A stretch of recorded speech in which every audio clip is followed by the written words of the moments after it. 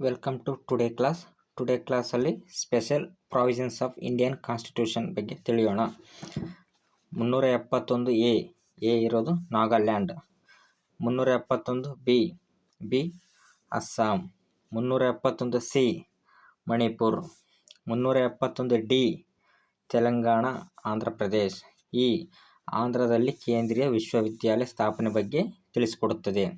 371 F Sikkim ಬಗ್ಗೆ ತಿಳಿಕೊಡ್ತಿದೆ. ಸ್ಟೇಟ್ಗಳು ಮಾತ್ರ concentrate ಮಾಡಿ. 371 G Mizoram, 371 H Arunachal Pradesh, 371 I Goa, 371 J Hyderabad Karnataka.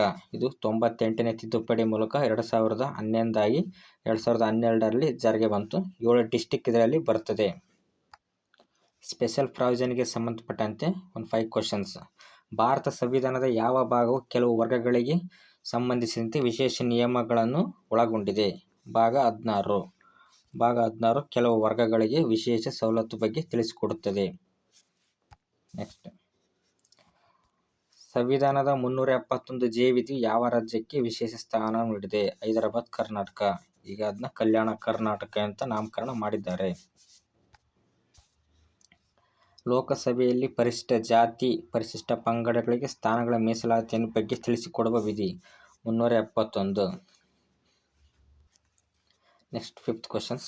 ಸಂವಿಧಾನದ 6ನೇ ಅನುಸೂಚಿಯಲ್ಲಿ ಯಾವ ರಾಜ್ಯಗಳ ಬುಡಕಟ್ಟು ಪ್ರದೇಶಗಳ ಬಗ್ಗೆ ಆಡಳಿತಕ್ಕೆ ಸಂಬಂಧಿಸಿದೆ?